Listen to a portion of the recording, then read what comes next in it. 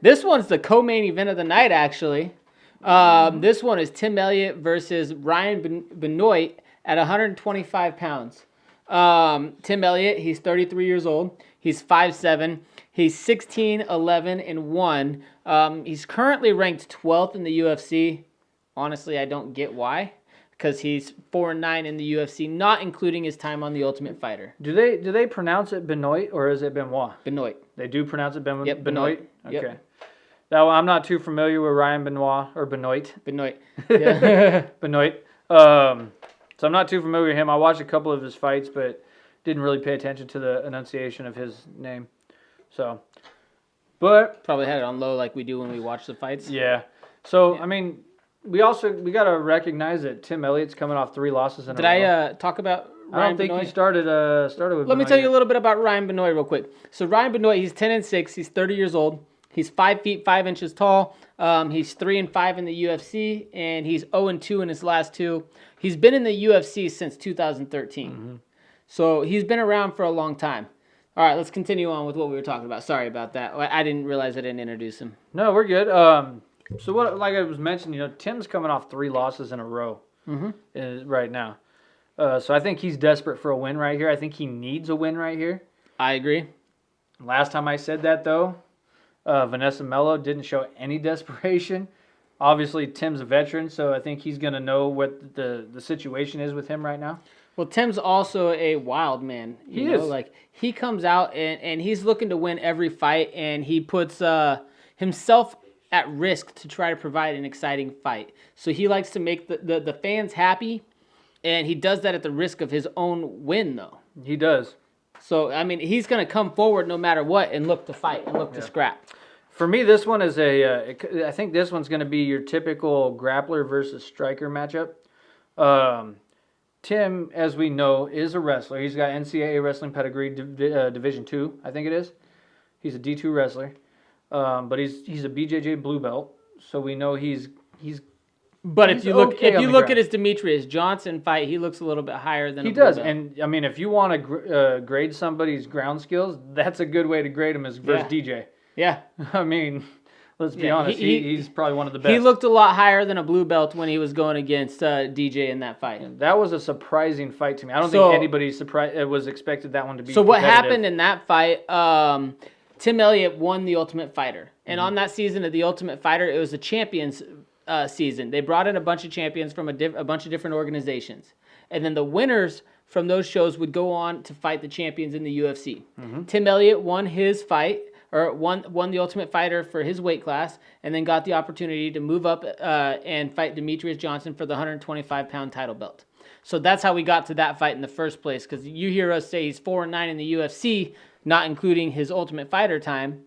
You're thinking, well, wait a second. If he's 4-9, why did he fight for a title at all? Yeah.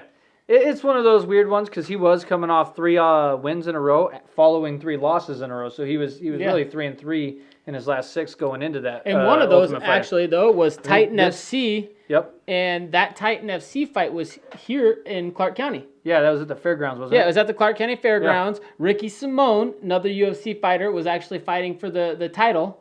Ricky Simone was dominating that fight, and then he got caught with a head kick and submitted. I think it was maybe 3rd or 4th round. But he was whooping the dude's butt up until that point. Yeah. But that was here, and he was like a co-main or something like that. But it was a good fight either way. That was one of his 3 wins leading into the Ultimate Fighter house. Yeah, man. So I mean, and if we're really looking at this, like we said, I think Tim Elliott is going to be more comfortable on the ground in this fight. Ryan Benoit is a Thai style kickboxer. He's also a 3-time state champion in high school wrestling. Yeah. At least he claims. I didn't look it up myself. I didn't see that stat, but I mean, I'm not going to question him. Really. I didn't look it up, I didn't look it up myself, but he claimed that. So I was watching one of his fight videos, and this is one of the claims that they had announced going into it. He was like a 3-time All-State champion in high school. Interesting. For wrestling. Yeah, that one I didn't know, but what I do know is that he has a few decision losses or submission losses there. UFC right 3 now. and 4. 3 and 4 in the UFC. You're right. Yep. So he's 3 and 4 in the UFC. I keep saying 3 and 5 because he's 5 feet 5 inches. so he's 3 and 4 in the UFC. He's 0 and 2 in his last 2 in the UFC. He's been in the UFC since 2013. Wow, it's really been that long, dang. It's been that long. I guess he's just not very active. Yeah, well, I mean... 17. Yeah, he didn't fight at all in one fight in 2017. But he has an interesting pattern, though. Nothing in 2018. So if you look at his record, though, check it out. Watch what you're going to see. He goes 1 win, 1 loss, but he started off with a loss. Started with a loss, yep. Started off with a loss, loss, and then he win, goes loss, win, loss, win, loss. So if the pattern continues, he should be getting a win this time based on just the pattern alone. Yeah, if you're superstitious and you like to follow those kind of things, who knows? So if you're a bettor and you're superstitious and you want to follow patterns, look at that. Yeah. There you go, I guess. I don't know. But what do you have? Who do you have picked to win in this fight? Well, so like I said, Benoit has a lot of power. Yep. In his strikes, 8 wins of his are all by TKO, or knockout. His takedown defense actually isn't that bad. He's at 64% in the UFC right now. That's not bad. That's part of the 3-time state champion wrestler there. But in his previous fight, in the fight against Healy Altang. Okay. I think that's how you pronounce his name. I don't remember. I watched the fight a little bit. Yeah, I'm not gonna figure that out. Healy Altang, but Altang was able to secure 4 takedowns in that fight. Yep. The thing is Benoit was able to keep getting up. He couldn't stay down. So we'll see there. Obviously, when it comes to it, when I look at this, Tim's got the better fight or fought the better fighters. That was something we mentioned when we look at our decisions here. Yep. He's got a knockout win over Jens Pulver. Yeah, he does. But also to that respect, Jens Pulver went on and lost like 6 or 7 in a row. He did. Knockout. But that's a big name in MMA. Yeah. And then he fought to a decision loss against Mighty Mouse. So that shows he's got some skill there. He's an exciting fighter. He is an exciting fighter. So he's got 3 Fight of the Night awards from the UFC. Or I don't know if they're necessarily Fight of the Night, but post-fight bonuses. It could have been a submission, could have been Fight of the Night. Typically with him, it's a Fight of the Night, and it's not a submission-style win that you're looking for. Well, he's also only Tim's only been knocked out once in his entire career. That's tough. One thing I was looking at, He's super tough. But he's been submitted 5 times. Yeah. But with me, I don't think Ryan Benoit has the ability to submit him. I don't either. Tim Elliott's not really the finisher when it comes to punches or anything like that. I have Tim Elliot winning by decision. You know what? I think this is the first fight on the entire card where you and I are in 100% agreement. Boom! That's awesome. Tim Elliot by decision. That's awesome. I just think he's going to be able to get him down a few times, control it. I don't think Benoit's going to be able to knock him out.